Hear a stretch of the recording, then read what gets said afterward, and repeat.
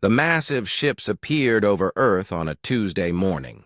They came without warning, blocking out the sun above New York, London, Tokyo, and 12 other major cities. Each ship was the size of a small island, made of some dark metal that seemed to absorb light. They just hung there in the sky, silent and threatening. Captain Kyung was in his office at the Seoul Defense Command when the alerts started screaming. His coffee mug shattered on the floor as he jumped up, watching the screens fill with impossible images. Ships, alien ships, real ones. "Sir, we're getting a transmission," Lieutenant Do-yeon called out, his voice shaking. "It's coming from all the ships at once." "Put it on the main screen," Kyung ordered. The face that appeared was not human. It had pale blue skin, large black eyes, and a mouth that barely moved when it spoke. When it did speak, the words came out perfectly clear in every human language at the same time. "I am Commander Jiwon of the Galactic Sovereignty Council," the alien said. Its voice was cold and flat, like someone reading from a book. "We represent 12 advanced species that control this galaxy. You will listen carefully to what I say." Kyung felt his hands clench into fists. The alien's tone was not that of someone making contact. It was the tone of someone giving orders. "Your species has reached a level of development that requires integration into our system," Jiwon continued. "You will follow our submission protocols. You have 72 hours to comply." The transmission ended. The screens went black. Then new images appeared, detailed lists of demands. Kyung read them with growing anger. The aliens wanted Earth to give up its military. They wanted human governors replaced with alien ones. They wanted 30% of all humans to work as laborers on alien worlds. They wanted humans to never leave their solar system again. "Get me Admiral Minsu," Kyung said, "and find Diplomat Hana. We need to respond to this." Within an hour, Earth's leaders were meeting in emergency sessions around the world. Kyung found himself in a video call with presidents, prime ministers, and generals from every major nation. Everyone was asking the same question. "What do we do?" "We need to buy time," said Admiral Minsu from his command ship in orbit. He was an old man with gray hair and tired eyes, but his voice was steady. "These ships could destroy us easily. We need to learn more about them." "I'll handle the diplomatic response," Hana said. She was young for a diplomat, but she had dealt with difficult negotiations before. Nothing like this, though. "We'll ask for more time to consider their offer."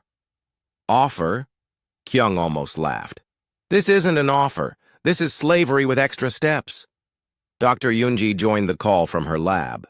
She was one of Earth's best scientists, specializing in biology and life forms. "I've been studying the transmission," she said. "There's something strange about these aliens.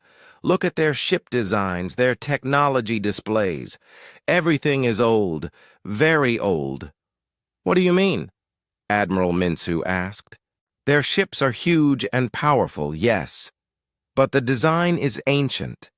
I'm seeing technology that's thousands of years old. They haven't improved or changed anything in a very long time." Yoonji pulled up images on her screen.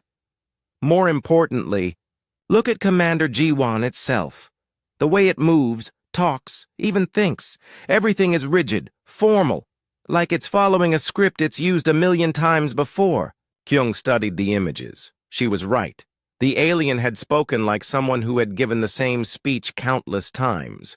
There was no creativity in it, no adaptation, just cold, mechanical repetition. "How many species have they done this to?" he asked. "According to their own transmission data, hundreds," Yoonji replied. "Maybe thousands, and every single one submitted within a week." The room fell silent. Kyung looked around at the faces on his screen. He saw fear, Yes, but he also saw something else. Anger. The same anger he felt burning in his chest. They expect us to just give up, he said quietly. They've done this so many times that they think it's automatic. Show up, make demands, wait for surrender. Admiral, Minsu nodded slowly. They've never met a species that said no. Have they? Hana asked. Said no, I mean. Has anyone ever refused? Dr. Yunji checked her data. Not according to their records. Every species submitted. Some took longer than others, but they all gave in eventually. Kyung stood up from his chair. Outside his window, he could see people in the streets looking up at the alien ship hanging over Seoul. Some were crying, some were praying, but many were just staring at it with the same expression he'd seen on soldiers' faces before battle. Grim determination. They're making a mistake, he said. They think we're like all the others. They think if they show us their big ships and make their demands, we'll just roll over. Won't we? Asked General Dongwon from his bunker in the mountains. I mean, look at those ships. They could turn every city on Earth into glass. Maybe, Kyung admitted. But they want us alive. They want workers, not corpses. That gives us options. Admiral Minsu was already nodding. You're thinking about Protocol Phoenix. I'm thinking about a lot of things, Kyung replied. Hana, you'll ask for more time. Tell them we need to consult with all our governments. Make it sound like bureaucracy. How? Much time should I ask for? As much as they'll give us, but assume we only get the 72 hours they already offered. Kyung turned to address everyone on the call. Listen carefully. We're going to respond to their transmission. We're going to sound reasonable and diplomatic. We're going to make them think we're considering their generous offer. He paused, looking at each face on the screen. But we're not considering it. We're not submitting. We're not going quietly into slavery. They picked the wrong species to threaten. The next few hours were a blur of activity. Hana crafted a careful response that asked for more time and promised full consideration of the alien demands. She made. It sounded like Earth was taking the offer seriously, like they just needed time to work out the details. The response worked. Commander Jiwon's reply was brief and annoyed, but it granted the full 72 hours. The alien seemed irritated by the delay, like someone who had expected to finish an easy job and go home early.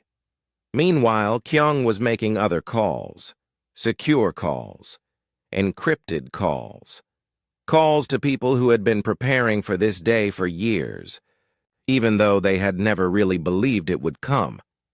Dr. Yunji continued studying the alien transmissions. She discovered something important. The aliens' technology was incredibly advanced, but it was also incredibly standardized. Every ship was exactly the same. Every system followed the same patterns.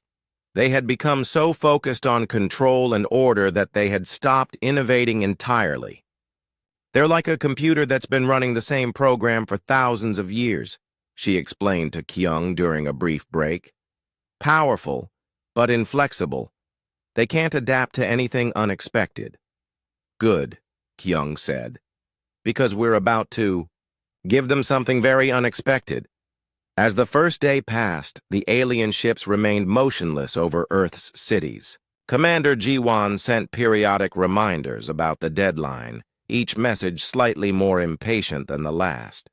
The alien clearly expected Earth to surrender soon. After all, every other species had, but Earth was not like other species. As night fell over Seoul, Kyung stood at his window and watched people moving through the streets below. They weren't running in panic. They weren't hiding in their homes. They were going about their business with the quiet determination of a people who had survived ice ages, plagues, world wars, and every other disaster the universe had thrown at them. They were preparing to show these aliens something they had never seen before. What happened when you threatened a species that simply did not know how to surrender? The 72 hours were counting down, but Kyung wasn't worried about the deadline. He was looking forward to it. While Commander Ji-won waited impatiently in its ship above Seoul, the Earth below was transforming. Captain Kyung had barely slept since the aliens arrived, but he moved with the focused energy of a man who knew exactly what needed to be done. "Show me the Phoenix sites," he said to General Dongwon as they stood in the war room deep beneath the Seoul Defense Command. The walls were covered with screens showing locations around the world. Red dots appeared on every continent. Hundreds of them. Each dot represented something the aliens knew nothing about. Years of preparation for this exact moment. "We started building these sites after we detected the first alien signals 10 years ago," Dongwon explained. "Everyone thought we were paranoid. Now look at us." The Phoenix sites were hidden bases, weapons caches, and communication centers scattered across the planet. Some were built into mountains. Others were hidden under cities. A few were even located underwater. Each one was designed to be invisible to orbital scanning and to function independently if all others were destroyed. "How long until they're all active?" Kyung asked. 6 hours, Dongwon replied. "Engineer Hyok's teams are working around the clock."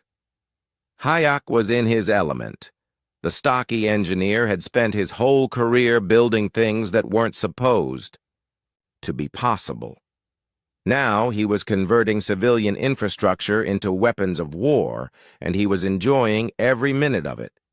In Tokyo, his teams were turning the subway system into a massive underground fortress. In London, they were modifying the city's communication towers to jam alien signals. In New York, they were preparing to turn the entire electrical grid into a weapon. "The beautiful thing about human technology," Hyok explained to his team leaders, over a secure video call, "is that it's all connected. Every system can be modified. Every network can be turned into something else. The aliens built their technology to be stable and unchanging. We built ours to be flexible." His teams were everywhere, working with tools and techniques the aliens had never seen. They weren't just engineers and soldiers.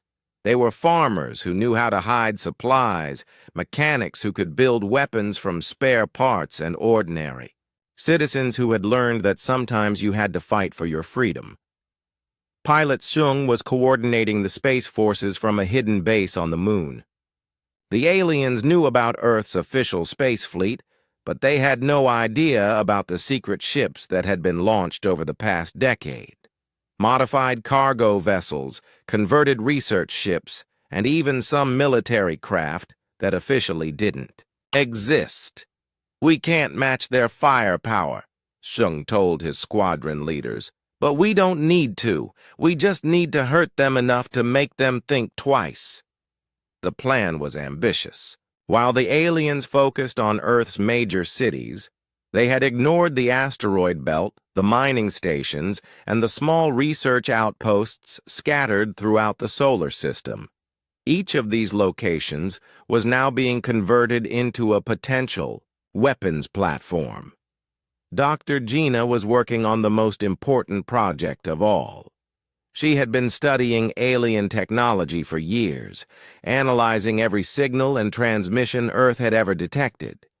Now she was using that knowledge to create something unprecedented, a computer virus designed specifically for alien systems.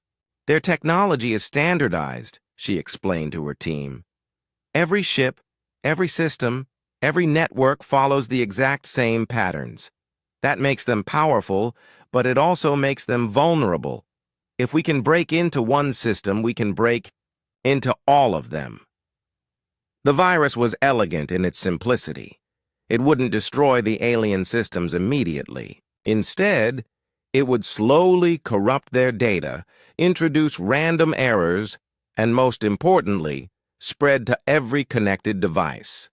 The aliens would find their own technology turning against them. While the technical teams worked on their preparations, Dr. Yunji was making an even more important discovery. She had been studying the alien transmissions, not just for technical information, but for biological and psychological clues about their species. "They're dying," she told Captain Kyung during a brief meeting. "Not individually, but as a civilization. They've become so focused on control and order that they've stopped growing, stopped changing, stopped evolving." She showed him brain scans derived from the transmission data. "Look at their neural patterns. They're incredibly efficient, but there's no creativity, no innovation, no ability to handle unexpected situations. They've turned themselves into biological computers." "Is that why every species submits to them?" Kyung asked. "Partly. But mostly it's because they've been doing this for so long that they know exactly how to break a species' will to resist. They study each target, find their weaknesses, and apply pressure in exactly the right way." Yunji paused. "The problem is, their database doesn't have accurate information about humans." "What do you mean?" "They think we're like all the other species they've conquered.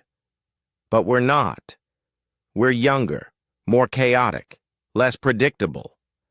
Most importantly, we have something they lost a long time ago: the ability to adapt under pressure." As the second day passed, the aliens grew more impatient. Commander Jiwon sent increasingly stern messages demanding Earth's response. Each transmission was slightly more threatening than the last, following a pattern that had apparently worked on hundreds of other worlds. But Earth wasn't responding the way other worlds had. Instead of panic and despair, the aliens' sensors were detecting increased activity. Humans were moving, building, organizing. It looked like preparation, not surrender.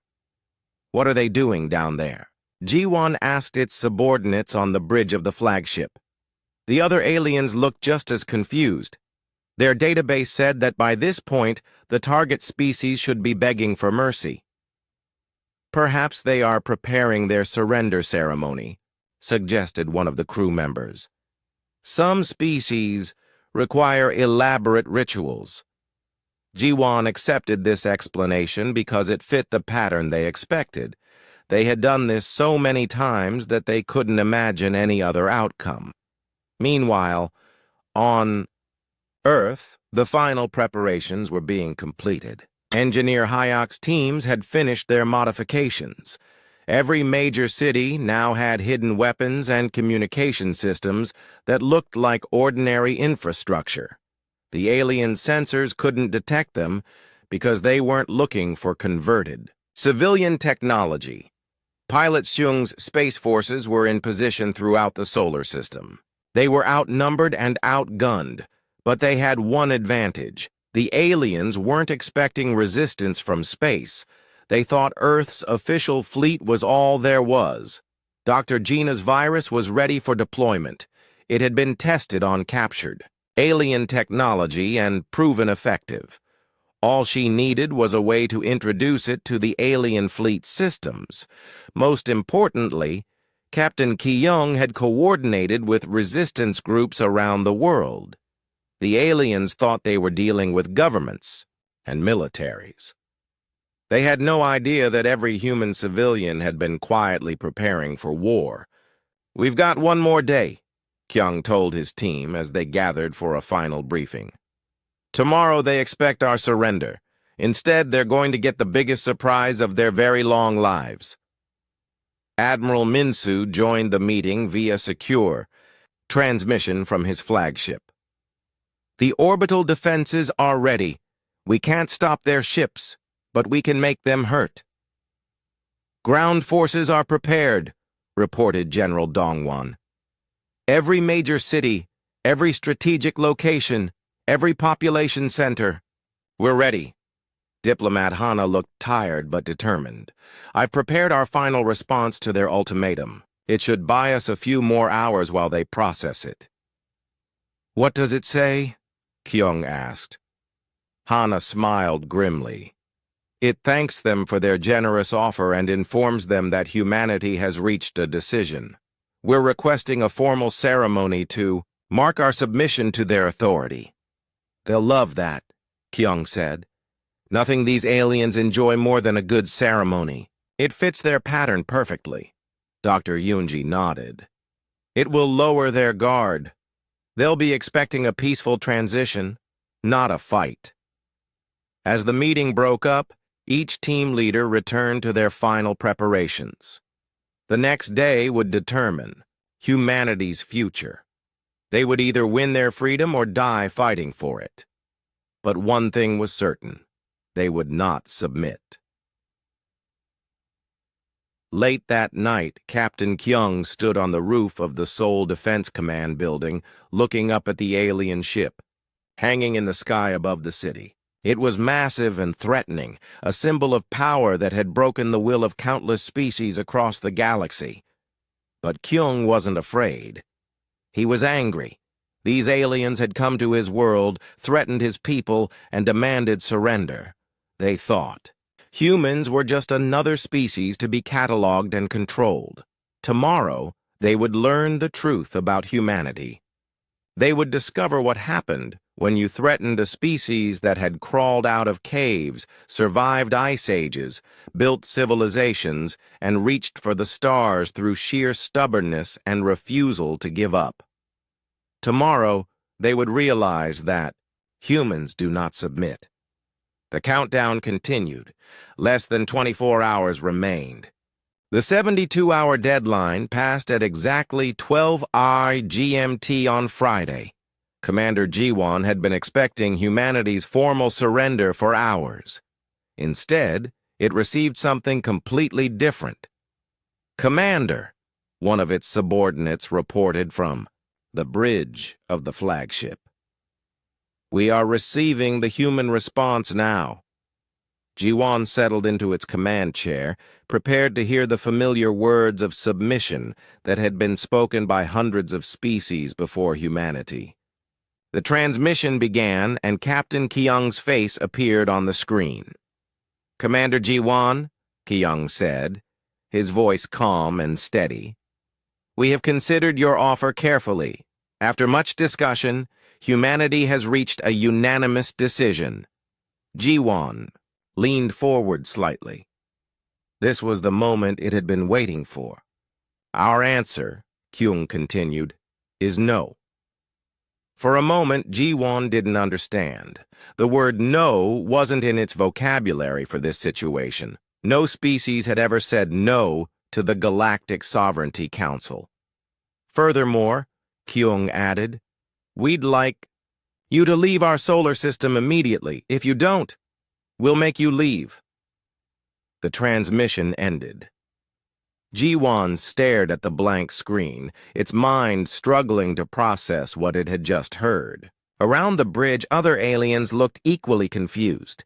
This wasn't how things were supposed to go. "Sir," another crew member said hesitantly, "should we begin the pacification demonstration?" Ji-won nodded slowly. The humans clearly didn't understand the situation. A few destroyed military bases would show them the futility of resistance. It had worked on every other species. "Target their primary military installations," Ji-won ordered. "Minimal casualties. We want them frightened, not dead." But as the alien ships began to charge their weapons, something unexpected happened. Every communication array on every alien vessel suddenly went dark. Engineer Hayek had been waiting for this moment. The instant the alien ships began their attack sequence, his teams activated their hidden modifications to Earth's communication systems. What the aliens didn't know was that every radio tower, every satellite dish, every piece of communication equipment on Earth had been converted into a massive jamming array.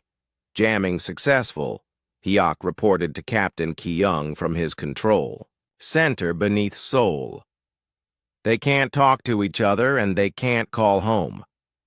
At the same time, Pilot Sung was launching the first wave of attacks from hidden positions throughout the solar system. The aliens had been so focused on Earth that they hadn't noticed the small ships hiding in asteroid belts and behind moons. "All squadrons, this is command," Seung broadcast on an encrypted frequency. "Execute Phoenix Rising. I repeat, execute Phoenix Rising." From a dozen different locations, converted cargo ships and research vessels began their attack runs. They weren't trying to destroy the massive alien dreadnoughts. That would be impossible. Instead, they were delivering Dr. Gina's special packages. Each attacking ship carried a single payload, a small pod filled with Dr. Gina's computer virus. The pods were designed to attach to alien hulls and release their contents directly into the ship's systems. "Remember," Xiang told his pilots, "you don't need to survive the run. You just need to make contact." The first suicide attack came from behind the moon. A converted mining ship, piloted by a volunteer named Dalho, accelerated to ramming speed and crashed directly into the side of an alien cruiser. The ship was destroyed instantly, but not before its viral payload penetrated the alien vessel's hull. Dr. Gina watched her virus spread through the alien network from her lab in Geneva. "It's working," she reported excitedly. "The virus is replicating faster than their security systems can respond. Estimated time to full network penetration, 6 minutes. Commander Jiwon was beginning to panic. Its ships couldn't communicate with each other. Unknown vessels were attacking from impossible angles, and now its own systems were starting to malfunction. "What is happening?" Jiwon demanded of its crew. "This is not possible. Primitive species do not attack during first contact. They submit or they are destroyed." But the humans weren't done. As the alien ships struggled with their failing communications and spreading computer virus, the real surprise began. All over Earth, hidden weapons systems came online. What looked like ordinary radio towers began broadcasting focused electromagnetic pulses. Construction sites revealed concealed missile batteries. Even sewage treatment plants opened up to expose hidden artillery positions. Engineer Hack had spent 3 days converting civilian infrastructure into military assets. Now every city on Earth was a fortress, and every building was a potential weapon. The aliens had positioned their ships directly over major population centers, thinking this would prevent resistance. Instead, they had put themselves at point blank range of the largest defensive network ever constructed. "All Phoenix sites, you are weapons-free," Captain Kyung announced. "Show them what happens when you threaten humanity." The response was immediate and devastating. Electromagnetic pulses, disabled alien shield generators, missile batteries targeted weapon systems, and most importantly, the aliens discovered that humans had been preparing for this fight for a very long time. From his command center, General Dongwon coordinated the ground assault. "Remember, we're not trying to destroy their ships. We're trying to capture them. Dead aliens can't tell us about their technology or their empire." Across the globe, human forces emerged from hidden bunkers and underground facilities. What the aliens had thought was a helpless civilian population revealed itself to be an entire planet of trained fighters. In New York, businessman Junho led a team of office workers who had been secretly training for urban warfare. In London, teacher Sora coordinated with her students to establish sniper positions in school buildings. In Tokyo, elderly engineer Boram activated weapon systems hidden in subway tunnels. The aliens had expected to face armies. Instead, they were fighting an entire species. Dr. Gina's virus reached full penetration of the alien network. Suddenly, the massive dreadnoughts began firing on each other. Navigation systems failed, sending ships careening out of control. Life support systems shut down randomly. Their own technology is turning against them, Gina reported with satisfaction. The virus has convinced their targeting computers that every other alien ship is an enemy vessel. Commander Jiwon watched in horror as its fleet tore itself apart. The flagship's weapons were firing at random targets. The navigation system was sending contradictory orders. Even the artificial gravity was fluctuating wildly. How is this possible? Jiwon asked its science officer. Their technology is primitive. They shouldn't be able to penetrate our networks. Sir, the science officer replied nervously, I think their technology isn't as primitive as we thought. These viruses are specifically designed for our systems. They knew exactly how our networks function. The truth was beginning to dawn on Jiwon. The humans hadn't just refused to submit. They had been preparing for war. For years, possibly decades, they had been studying alien technology and developing countermeasures. On Earth, the battle was going better than anyone had hoped. The alien ships were crippled, their crews confused and panicked. Human forces were boarding damaged vessels and capturing alien technology. Captain Kyung coordinated the assault from his command center, watching as reports poured in from around the world. London has secured 2 alien shuttles. Tokyo reports successful boarding of a damaged cruiser. New York has captured an alien command module. But the real victory was psychological. For the first time in their history, the aliens were experiencing something they had never felt before: fear. Dr. Yoonji was monitoring alien communications, and what she heard amazed her. They're terrified, she reported to Captain Kyung. Their conversations are full of panic and confusion. They keep asking how this is possible. The aliens had built their entire civilization on the assumption that superior technology guaranteed victory. They had never encountered a species that could adapt and improvise under pressure. They had never faced an enemy that refused to follow the rules of civilized warfare. As the day progressed, it became clear that humanity was winning. The alien fleet was scattered and damaged. Many ships were under human control. The survivors were retreating toward the edge of the solar system. Commander Jiwon made a desperate decision. From the bridge of its crippled flagship, it attempted to send a message to the Galactic Sovereignty Council. But the virus had corrupted even the long-range communication systems. We underestimated them, Jiwon transmitted on an emergency frequency, hoping the message would reach its superiors. They are not like the others. They do not follow expected patterns. They adapt too quickly. They fight like...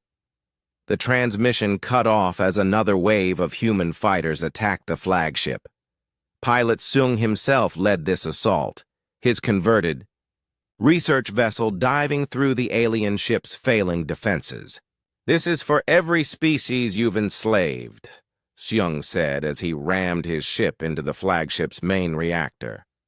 The explosion lit up the sky over Seoul like a second sun. By nightfall, the battle was over. Of the 15 massive alien dreadnoughts that had arrived to accept humanity's surrender, only 3 remained functional.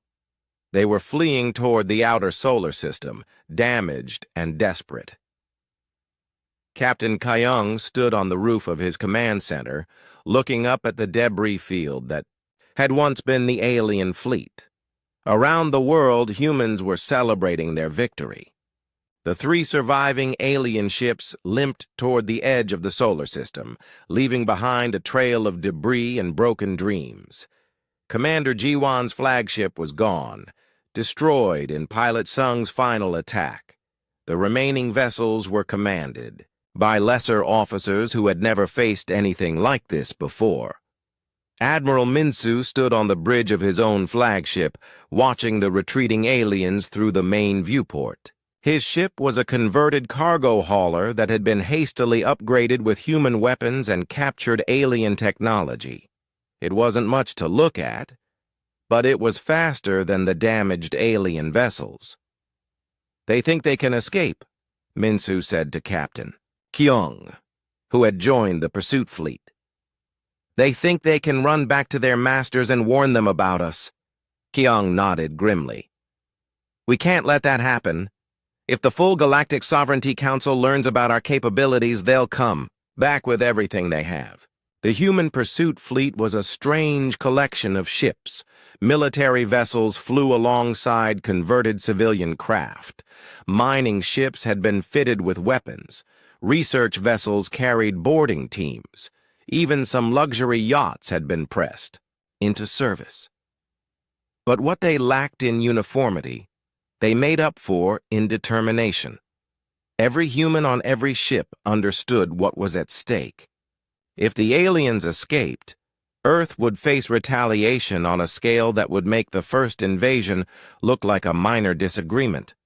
Pilot Seung's replacement, a young woman named Ina, led the fighter squadrons. She had learned from Seung's tactics, but she brought her own innovations to the battle. Where Seung had been methodical and precise, Ina was creative and unpredictable.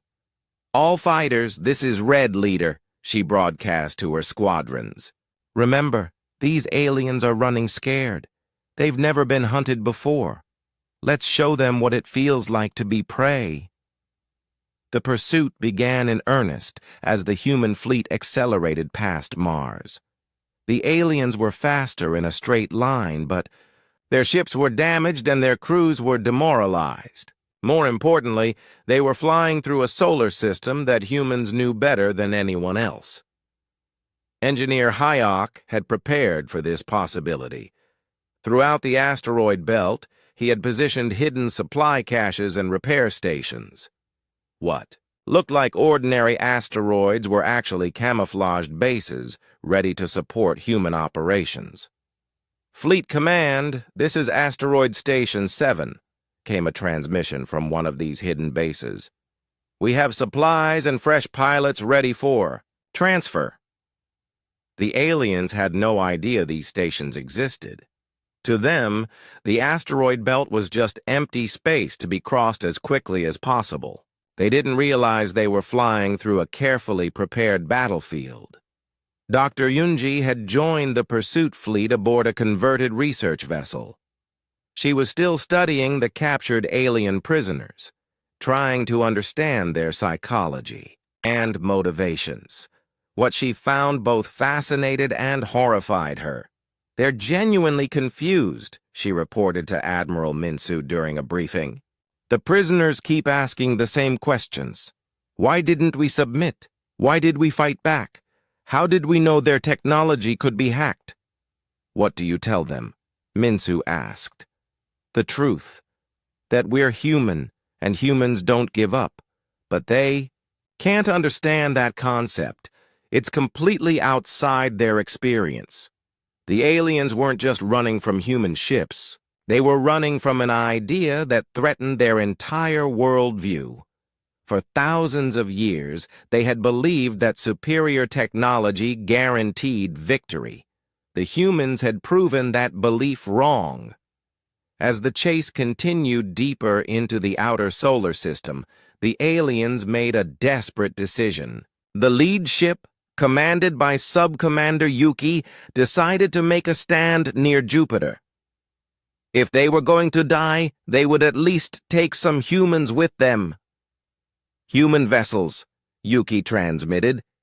"You cannot defeat us. We represent the power of the Galactic Sovereignty Council. Surrender now, and we will show mercy." Captain Kyung's response was immediate and blunt. "You came to our world. You threatened our people. You demanded our surrender. Now you're running away like cowards. We don't negotiate with bullies." The battle that followed was unlike anything the galaxy had ever seen. The aliens fought with the desperation of cornered animals, using every weapon and tactic they knew. But the humans fought with something the aliens couldn't understand: creative fury.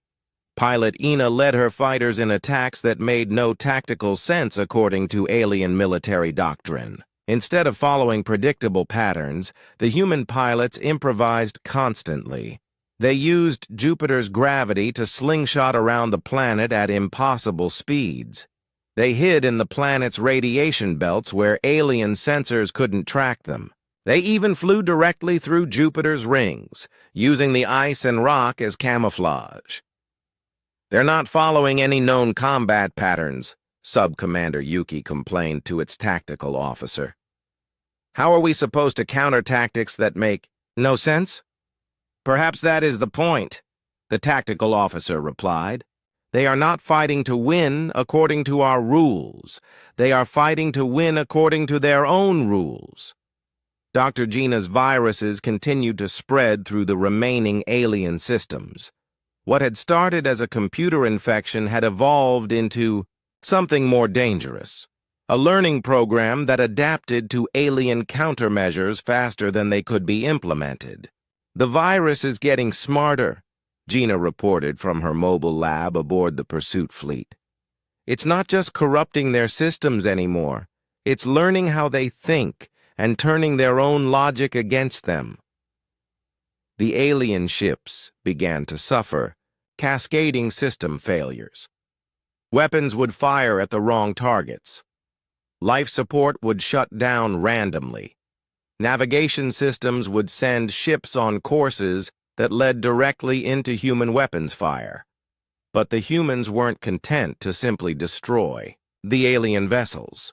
They wanted prisoners, information, and most importantly, they wanted to send a message to the rest of the galaxy. Admiral Minsu coordinated boarding operations on 2 of the 3 remaining ships. Human Marines, trained in zero-gravity combat and equipped with captured alien weapons, fought their way through the vessels corridor by corridor. The aliens had never experienced hand-to-hand combat. Their warfare was conducted at long range, with massive ships exchanging fire across vast distances. The idea of enemies actually boarding their vessels and fighting in their hallways was completely outside their experience. Marine Sergeant Deho led the assault on the first ship. His team moved through the alien corridors like ghosts, using tactics developed in Earth's urban warfare schools.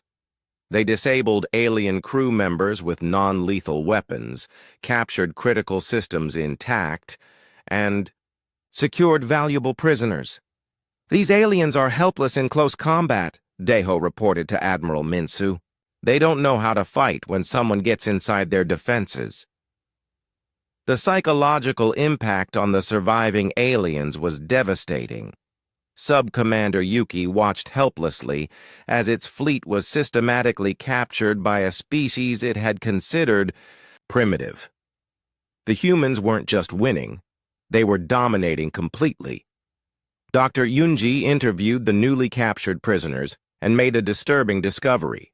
The aliens weren't just confused by human tactics, they were terrified by human adaptability.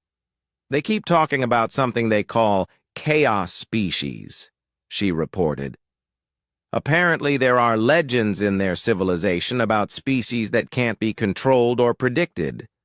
They think we might be one of these mythical chaos species." "Are we?" Captain Kyung asked. "I don't know about mythical," Yunji replied, "but we're definitely chaotic compared to them. They've spent so long creating order and control that they've forgotten how to handle genuine unpredictability." The final alien ship made one last desperate attempt to escape. Sub-Commander Yuki pushed its damaged vessel to maximum speed, trying to reach the edge of the solar system where it could activate its faster-than-light drive. But pilot Ina had anticipated this move. She led a squadron of fighters in a high-speed intercept course, using the gravitational pull of Neptune to accelerate beyond the alien ship's maximum velocity. "This is Red Leader to all units," Ina broadcast. "Final alien vessel is attempting to escape. All fighters, converge on target. We end this now." The last battle was brief but decisive. Ina's fighters swarmed the alien ship, disabling its engines and communication systems. Within minutes, human boarding teams had secured the vessel and captured Sub-Commander Yuki. The alien commander was brought before Admiral Minsu aboard the human flagship. Yuki looked defeated, confused, and more than a little frightened. "You have won," Yuki said through a translation device. "But you do not understand what you have done. The Galactic Sovereignty Council will not tolerate this rebellion. They will send fleets that will darken your skies." Minsu studied the alien carefully. "Let them come. We'll be ready." "You cannot defeat the full power of the Council," Yuki insisted. "We have conquered hundreds of species. We have fleets beyond counting. We have weapons that can destroy entire star systems." "Maybe," Minsu acknowledged. "But you have one problem. You've never fought a species like us before. You've only conquered species that gave up. We don't give up." As the human fleet secured the captured alien vessels, Captain Kyung was already thinking about the future. The aliens were right about one thing. This was just the beginning. The Galactic Sovereignty Council would eventually learn about Earth's resistance, and when they did, they would respond with overwhelming force. But something else was happening that the aliens didn't know about. 6 months after the last alien ship was captured in Earth's solar system, Captain Kyung stood on the bridge of humanity's first interstellar warship. The vessel was a hybrid of human engineering and captured alien technology, faster and more powerful than anything either species had built alone. Around him, the bridge crew worked with quiet efficiency. These weren't just humans anymore. Sitting beside human officers were members of 3 different alien species, former slaves of the Galactic Sovereignty Council who had joined the growing rebellion. "Captain," reported Navigator Ina, "we're approaching the Kepler system. Sensors show heavy fighting in orbit around the 4th planet." Kyung nodded. This was what they had come to see. The rebellion that had started with humanity's refusal to submit had spread across the galaxy like wildfire. Enslaved species everywhere were rising up against their masters. "Open a channel to the rebel forces," Kyung ordered. The main screen lit up with the face of a being that looked like a cross between a lizard and a bird. Its species had been enslaved by the Council for over 1,000 years, forced to work in dangerous mining operations. Now they were fighting for their freedom. "Human ship," the alien said in halting English. "We are grateful for your arrival. The Council forces are retreating, but they have threatened to destroy the planet rather than lose control." "Not on our watch," Kyung replied. "Admiral Minsu, prepare for combat operations." The human fleet that had arrived in the Kepler system was unlike anything the galaxy had ever seen. It wasn't just the ships, though those were impressive enough. It was the crews.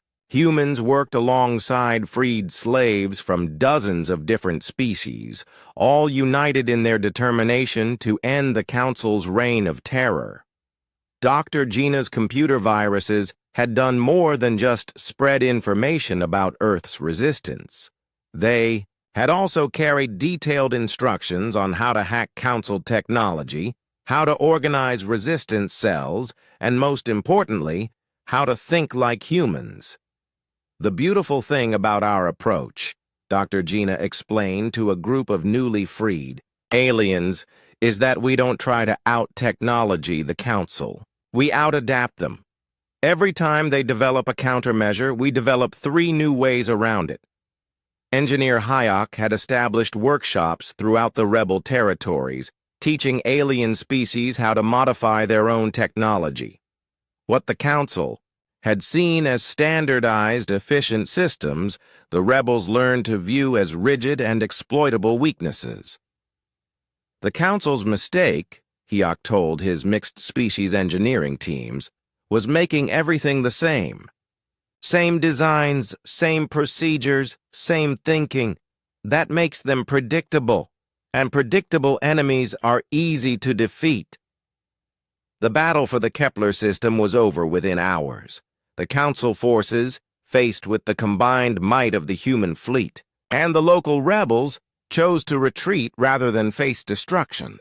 It was a pattern that was being repeated throughout the galaxy. But the real victory wasn't military. It was psychological.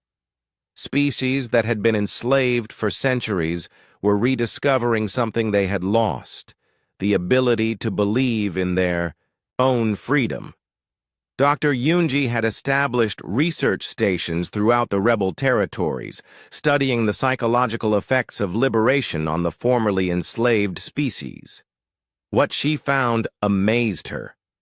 They're not just gaining their freedom, she reported to Captain Keong. They're regaining their creativity, their innovation, their ability to adapt. The Council didn't just enslave their bodies. They enslaved their minds. Now those minds are waking up. The Galactic Sovereignty Council was in chaos. For the first time in their recorded history, they were losing territory instead of gaining it. Their carefully ordered empire was collapsing as species after species declared independence. Council Supreme Commander Wanto called an emergency session of the ruling body. The 12 species that made up the Council gathered in their grand chamber, but the atmosphere was anything but triumphant. The humans have contaminated everything, Wanto declared. Their ideas are spreading faster than we can contain them. Entire sectors are in rebellion. How is this possible? Asked one of the Council members. No species has ever successfully resisted us before. Because no species like the humans has ever existed before, replied Council Scientist Vega. They are truly what our legends called a chaos species. They cannot be predicted, controlled, or contained. Worse, they teach others to be like them. The Council faced a choice that their ancestors had never had to consider: adapt or die. For thousands of years, they had solved every problem with superior technology and overwhelming force. But the humans had shown that those advantages meant nothing against an enemy that refused to follow the rules. Meanwhile, the rebellion continued to grow. Former Council worlds declared independence daily. The rigid communication networks that had once controlled the galaxy were now carrying messages of freedom and resistance. Captain Keong found himself in a position he had never expected. He was becoming the unofficial leader of a galactic revolution. Representatives from dozens of species sought his advice on everything from military tactics to political organization.